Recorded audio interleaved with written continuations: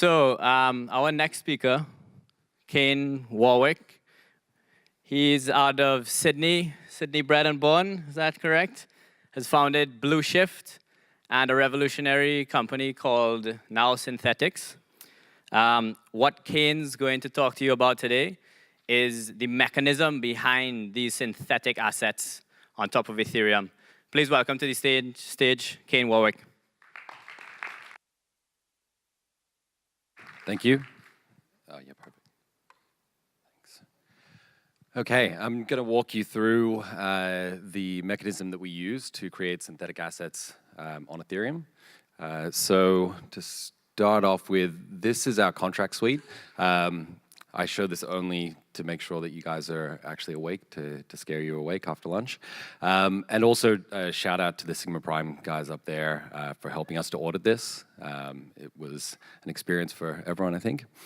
So we have two sort of core elements in the Synthetix system. There's the Synthetix network token, and then we have synthetic assets, or synths, that are backed by that token. So similar to how Maker works, where you lock ETH and you can then issue DAI against it, we allow you to lock the SNX token and issue synthetic debt against it. So this debt goes both ways, obviously. You can lock your collateral and issue debt, and you can also wipe that debt to release your collateral. So that is what allows us to kind of keep the system in sync. The difference in our approach to some of the other synthetic asset platforms like UMA and other projects that are working on this is that we basically we pool all of the debt into a single pool. And that has some interesting effects and some interesting properties once you sort of see what you can do in terms of moving between different synthetic assets within the system. So as you can see, all of the SNX holders lock their collateral and they put their debt into a single pool. We're also over-collateralized. We're over-collateralized to the tune of 500%. And the reason for this is the risk profile of synthetic assets and the SNX token is higher than ETH, obviously. So we need to have a bit more of a buffer than, for example, Dharma or Maker, et cetera. So the thing about this is that when you have a synthetic asset that's backed by a single collateral pool, it can track essentially any price. So this is just a few of the assets that we have running on mainnet right now. So you've got Korean won, the yen, Canadian dollars, et cetera. We've also got gold, we've got silver, and we've got BTC as well. And the way that that works is we've got an oracle, which at the moment is centralized, and that pushes a price feed into an exchange rates contract, which is what essentially determines the rate that any synths can be transferred between each other. And as I said, at the moment, that oracle is centralized, but we are working with Chainlink, and we're on testnet at the moment, so looking to kind of migrate away from that centralized service into a decentralized oracle. And that's obviously a pretty critical aspect of any system like this when you're pushing price feeds in. The other thing I will say is that we have, I think, as I said, about 24 different prices that are being fed into that contract. So if you're looking to read prices for currencies and commodities, you can actually read them from that contract. So you can see this is kind of a table of all of the various synths and what's been issued, as well as the rates against USD. So you can see SBTC there. There's, I think, about $240,000 worth of SBTC that's in circulation at the moment. And the total value of all of those synthetic assets is about 1.5 million right now. So as I said, the benefit that you get from pooling your collateral and pooling the debt is that transferring between synths is very easy. So in this example, you can see you can get SUSD, you can convert it into SAUD, you can then take that into gold, you can go to BTC, et cetera, and you just pay a fee for each transfer.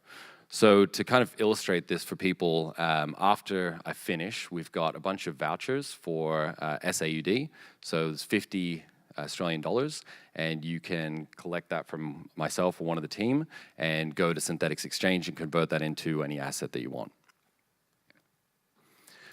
So the interesting thing about this is that when you've issued debt into the system and you want to leave, we need to wipe your debt. So we need two inputs to know what your debt is. Because you've got this system of fluctuating exchange rates. You've got people coming into the system, leaving the system. It's quite a dynamic system, and it's impossible for us on-chain to track every single interaction for every single wallet. So the way that we enable the tracking of this debt is we take the total debt pool size, which, as I showed before, is about 1.5 million. So we basically query the contract and find out from all of the synths what the total issued number of synths is and the current exchange rate to determine what the value is. The second property, though, which is your percentage of the debt, is a little bit harder. So you can see we, again, call that contract and we say how much debt is there in each of these individual synthetic asset contracts. We then work out what the total debt is. But when we get to your percentage, we've got a bit of a problem. So the solution that we came up with for this is to essentially create a debt register. And the way that the debt register works is, in this example, you've got Alice, Bob, and Carol. So Alice issues $100 worth of debt at T0, right? So at that point, she's 100% of the debt, and there's no one else in the system. So it would be very easy for us to determine what her debt percentage was at that time. Then Bob comes in, and he issues $100 worth of debt, and so the total debt is $200, and her debt is now 50% of the total supply.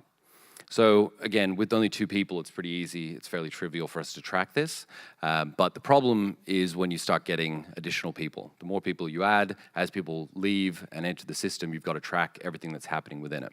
So the next step is Carol comes in and she issues $200 worth of debt. Now the total debt is $400.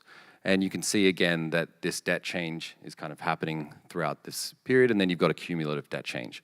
And the way that this works is that essentially all we need to do now is track your entry point, and we track that cumulative debt change as people enter and leave the system, and we can then take that value and the product of it, and we can work out what your debt is at any time. So to illustrate this, imagine everyone out here had issued random amounts of debt and there was about $100,000 worth of debt. If I come in and issue another $100,000 worth of debt, I don't need to know individually what that impact is, what your debt is. I just know that I've halved all of your debt collectively, right? And so what that means is that we can track a single number throughout every issuance and minting and burning event. And as soon as you want to leave, we just go and query your entry and exit point, and we can tell what your debt percentage is. It doesn't require tracking individual debt percentages for each person, which would obviously be impossible on chain. So the question is, why pool? What's the advantage of pool collateral, right? There's all of these disadvantages. There's additional complexity in tracking debt. The debt can fluctuate. You don't necessarily have an exact idea when you issue debt into the system what your debt might be when you try to leave. But the advantage for people who are using the synthetic assets is that they can transfer seamlessly between them. They don't need to find a counterparty to do a trade. So if I'm holding SBTC, I don't need to go out there and wait for someone who wants to convert that into SAUD. I can go to the contract and I can basically use all of the SNX holders in that total debt pool as a counterparty. So it's a little bit like Uniswap in that way, where you've got this pooled liquidity. People come in, they can sit there and they can add liquidity to the pool, and then anyone can come and they get quoted a rate and they can convert at that rate. They don't need to wait for an order book or order matching. There's no slippage, et cetera. So that means essentially you have, for all intents and purposes, for the amount of debt that you're holding, if you've got $100, you've got infinite liquidity. You can convert that as many times as you want, as long as you're willing to pay the fees, into any other asset. You don't, again, need to wait for a counterparty to turn up and match your order. Now, why would someone issue debt into the system, right? They're taking risk as an SNX holder, and the reason is that people who are using the system pay fees. So for the benefit that you get in being able to convert these assets without needing to find a counterparty, this sort of seamless conversion, you pay a fee. So you pay 30 basis points every time you convert from SUSD into SAUD, as an example, and those fees are put into a fee pool. And so, again, to use the example of if everyone out there has issued debt in the system, you're all holding SNX tokens and you've all issued debt, you're going to get your percentage of that debt that you represented in fees for a given period. So we have weekly fee periods, and at the end of that fee period, you can go and claim your fees. So the more transactions that happen, the more valuable your sort of contribution to the system is. The other thing that we've done in the last few months is to implement an inflationary monetary policy. Because what we found is that in bootstrapping this network, the initial fees were quite low. Even though they're growing, they're still probably insufficient to kind of get the incentive and behaviors that we're looking for. And so we basically said we're going to take the supply and we're going to go from 100 million tokens to 250 million tokens over about 6 years. And the people who are staking will not just get fees from transactions, they'll also get this inflationary reward. And so it creates a much stronger incentive for you to do the action we want, which is to stake the system and to issue debt into it. And if you don't do that, then obviously you're going to be inflated out. So there's this kind of punishment and reward system. On top of that, we also have a penalty system. So we need to maintain, for the purposes of the system, that buffer of 500%. And if we're not maintaining it, we're getting too close to the sort of liquidation ratio of the network, then we've got problems. So in order to make sure that we're maintaining that buffer, every week when you go to claim your rewards, the system will check your current collateralization ratio, and it will say, okay, if you're below 500%, we'll give you a little bit of buffer. You can go down to 454, but below that, you're going to have 25% of your fees slashed. And so you can fix that problem before you claim your fees, but you need to fix it before you do. If you don't fix it and you claim your fees, then you'll be slashed. You'll have your fees reduced. And obviously, the worse your collateralization ratio gets, the worse the slashing is. So if you're participating in the system and you're under-collateralized, again, other people are going to get significantly more benefit, and so they're incentivized to maintain that collateralization ratio to keep the buffer in the system and keep the stability in the system. So at the moment, as I said, we've got commodities and we've got Forex, and we also have SBTC, but we've got some new synths that are coming. So one thing that we're about to add is SETH, so a synthetic ETH token. And then the inverse of that. So at the moment we've got BTC and we're going to have synthetic ETH as well. We'll also have an inverse index to both ETH and BTC. We're also going to be issuing stock synths. So you'll have S Tesla, S Apple, potentially indices like S&P. And all of these things are coming up fairly soon over the next couple of months. Now, the thing on the far right there is probably, I think, from a trading perspective, the most interesting. So we're going to allow leverage trading of synthetic positions. So you'll be able to take a long or a short position and have leverage on it, and you'll be able to trade any one of sort of the top 50 tokens. So let's say, hypothetically, you're Vitalik and you want to do a leverage short on Tron, you can do that now. And that's Synthetix Exchange, so that's our DApp. As you can see, you get quoted a rate, you can convert between them. Again, there's no counterparty, so you can just turn up and make any trade you want.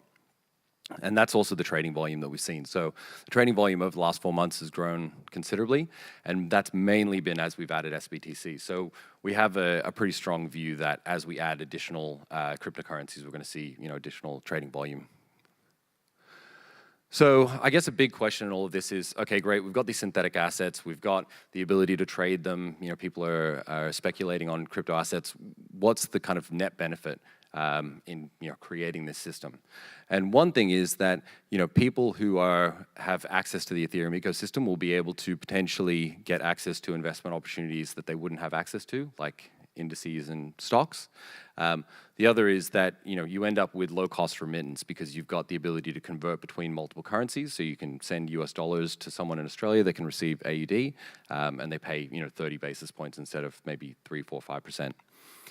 And then the final thing is that you end up with non-custodial stability. So you've got the ability to hold assets on Ethereum that are stable, and you don't need to sort of worry about someone else maintaining that collateral pool for you in the form of fiat in a bank or something like that. So that's it. Thanks very much.